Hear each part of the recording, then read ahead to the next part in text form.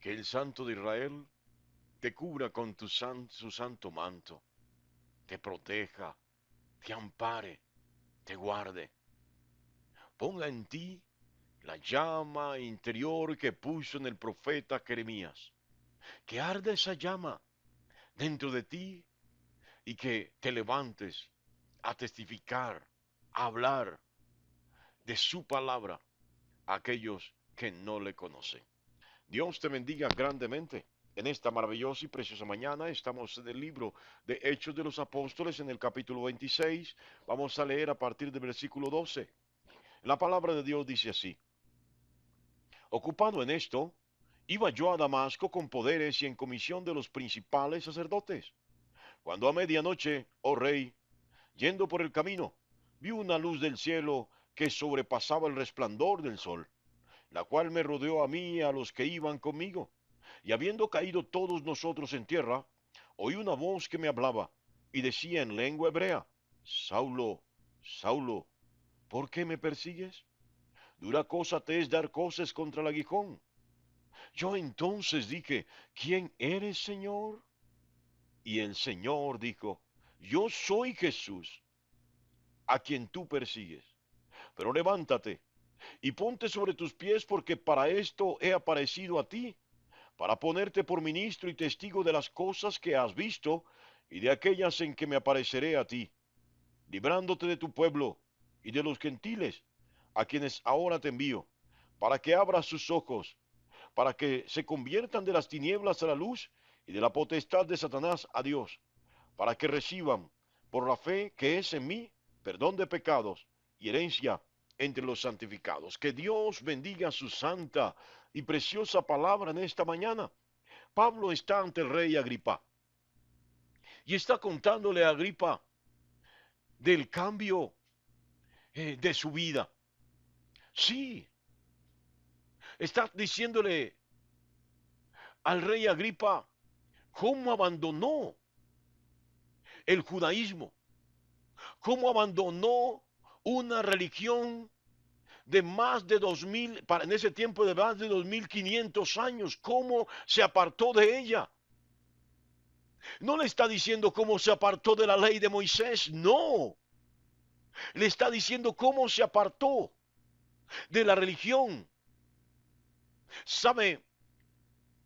Agripa tenía sangre judía y de una u otra manera, él se llamaba Herodes Agripa, de una u otra manera, este Agripa era conocedor del judaísmo. Bueno, había crecido en Jerusalén. Su abuelo había sido Herodes, el grande, aquel que buscó a Jesús para matarlo. Qué curioso esto. Aquel que cuando nació Jesús y se dio cuenta que había nacido el rey de los judíos, fue y mató a todos los niños menores de 2 años, tratando de buscar a Jesús, y Jesús tuvo que vivir como desplazado, tuvo que salir huyendo de Belén hacia Egipto. Luego de este Herodes, sigue Herodes Antipas, que tomó parte en el juicio de Jesús.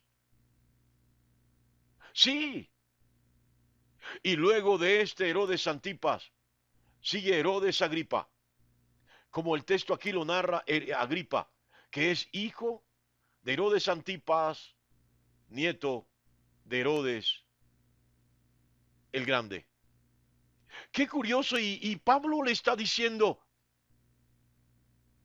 le está hablando de este Jesús que su abuelo persiguió para matarlo cuando era niño. Le está hablando de este Jesús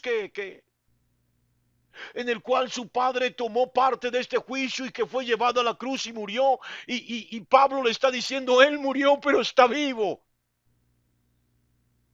Él murió pero vive, dio testimonio de que vive. Sí. Y Pablo no solamente le está contando al rey Agripa su historia, de salvación, cómo abandonó la religión tradicional y cómo empezó a caminar con Jesús. Le está diciendo, tuve un encuentro con Jesús.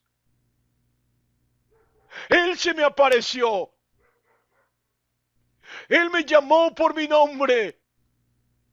Sí, Él dijo mi nombre. Yo hablé con Él. Qué tremendo esto, ¿no? Tengo que decírtelo. Ninguno que tuvo un encuentro real con Jesús vive o sigue viviendo de la misma manera. Un encuentro real con Jesús no solamente me obliga a abandonar la religión y la religiosidad. Un encuentro real con Jesús me transforma realmente. Un encuentro real con Jesús me aleja de la prostitución, del alcoholismo, me aleja de la drogadicción, me aleja del dolo, del robo, me aleja de la mentira, del falso testimonio, de codiciar los bienes ajenos. Un verdadero encuentro con Jesús me pone en la posición de darle el primer lugar en mi vida a Jesús. Un encuentro real con Jesús hace que en mi corazón Él sea el rey.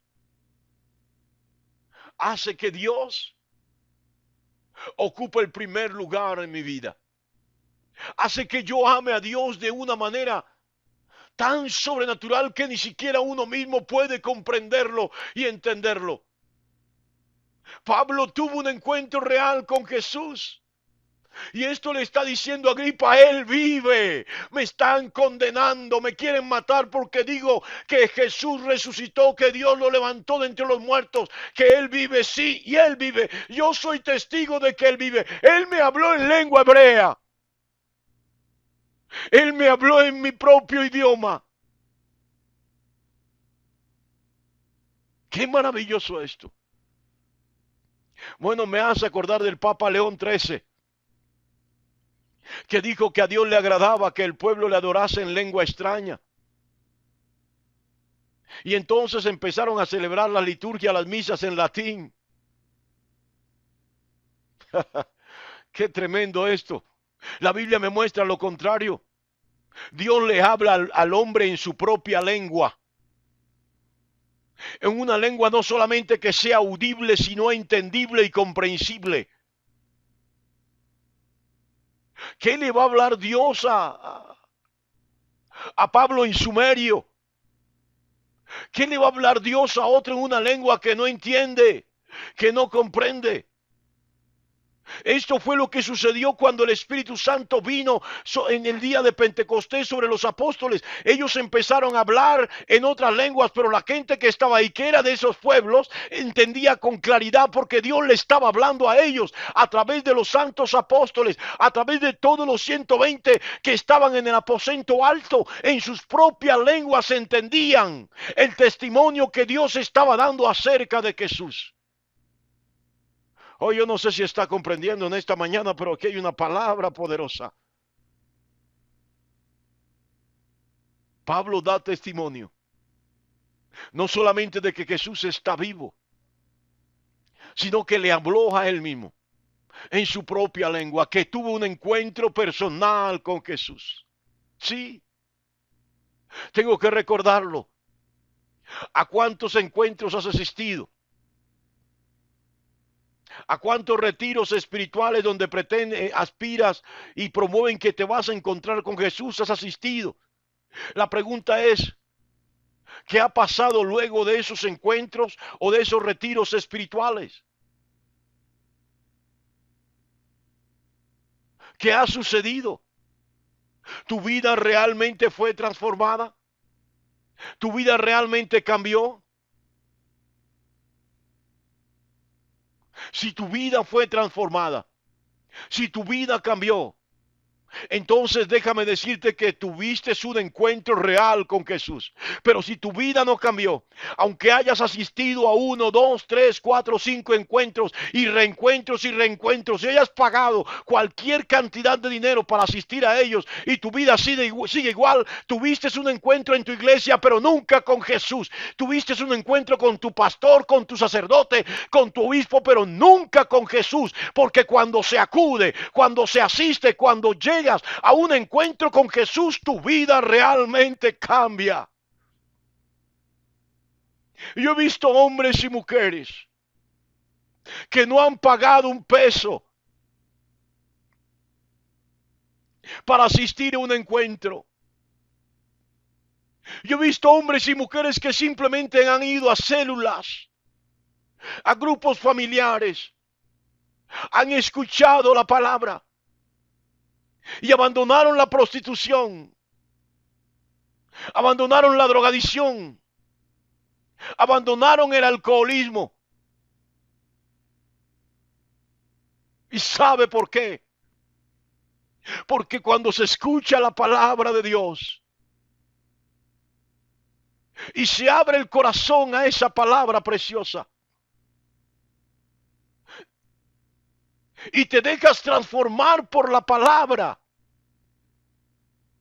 entonces has tenido un encuentro real con Jesús. Sí, porque la Biblia dice, el apóstol Juan lo dice en su Evangelio capítulo 1, dice: en el principio era la palabra, en el principio era el logos, en el principio era el verbo, y la palabra logos, el verbo, es Jesús. Toda la escritura es Jesús. Yo no sé si acabas de entender esto, pero toda la escritura es por causa de Él, a causa de Él y por Él. Es decir, Él no solamente es el autor de la vida, es el autor de la palabra, Él es la palabra. Entonces, Pablo está hablando de la transformación que produjo este encuentro con Jesús en su vida.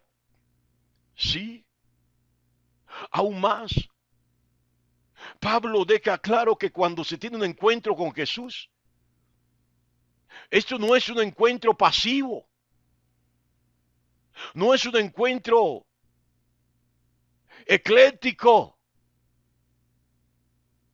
no es un encuentro nominal, teórico, como suelo decir yo. No es un encuentro para tomarme una foto y colocarla en la pared.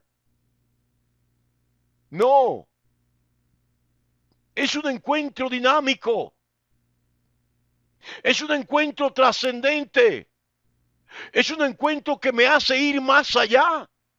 Pablo deja claro que este encuentro con Jesús no sería el primero, sería constante, dinámico, volvería a suceder, pero este encuentro le dio una tarea a Pablo, una tarea que él no podía eludir cuando se va, cuando se acude, cuando se tiene un encuentro con Jesús.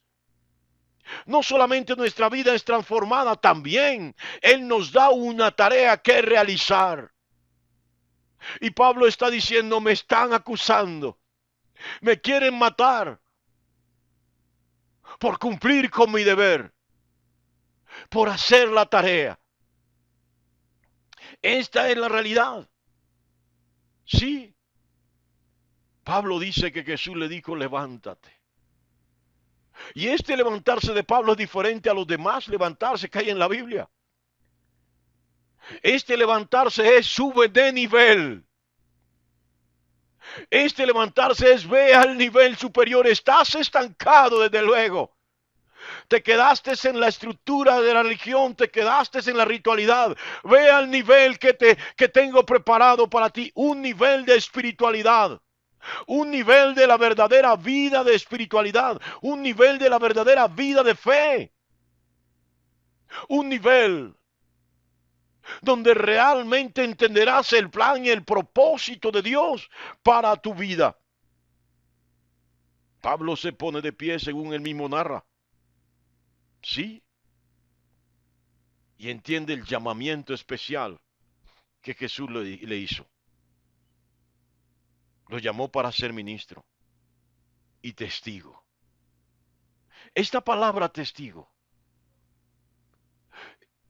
no es simplemente contar lo que vio. Esta palabra testigo aquí es contar lo que Jesús hizo en mí y a través de mí en otros. Oh, mire qué maravilloso esto, porque cuando se tiene un encuentro con Jesús, venimos a ser testigos de lo que hizo en nosotros y de lo que a través de nosotros hará en los demás. Oh, captaste la idea. Captaste la idea. Tu encuentro con Jesús no puede ser pasivo. ¿Te quedaste celebrando el encuentro con Jesús? La mejor forma de celebrar este encuentro con Jesús no es solamente diciendo Él me transformó, sino ayudando, siendo instrumento de Jesús para que las vidas de otros que están en iguales, peores situaciones, condiciones sean también transformadas. Óyelo bien. Y que así como Jesús ha hecho contigo, dice Pablo, porque Pablo fue asesino de cristianos. Él lo está contando en esta historia del capítulo 26, también lo contó en el capítulo 9 y en el capítulo 22 del mismo libro de Hechos de los Apóstoles. Pablo dice, para que haya perdón de pecados y puedan realmente ser salvos. Aún más, Pablo añade en esta palabra, óigalo bien, para que le abran los ojos. Somos instrumentos de luz. Pablo, Jesús lo dijo, vosotros sois la luz del mundo. Sí, para que la gente se convierta de las tinieblas a la luz y abandonen el camino de Satanás. La religión que busca, oiga, abiertamente mostrar el rostro de Dios, lo que es un instrumento de Satanás para cauterizar la espiritualidad del hombre, cicatrizar esa espiritualidad y no dejarlo avanzar, estancarlo en la ritualidad, estancarlo, sí, en expresiones de fe intrascendentes. Porque a la religión no le importa si eres santo, si eres salvo o no. A la religión lo único que le importa es que estés allí, que seas de su estructura, que les tributes, que honres a sus líderes, que honres a sus jerarquías, que honres a sus cultos, sus templos, sus liturgias, pero nunca que honres al Dios vivo, dejándote transformar por Él y dejando que tu vida realmente dé una transformación total, que haya un cambio real. Óyelo bien. Pablo dice así, Jesús me dijo que sacara de la potestad, del poder de Satanás, aquellos que estaban en la religión, en la religiosidad, para hacerlos pasar a la espiritualidad, donde realmente se conoce a Dios. Creo que has entendido. Dios te bendiga grandemente en esta maravillosa y preciosa mañana.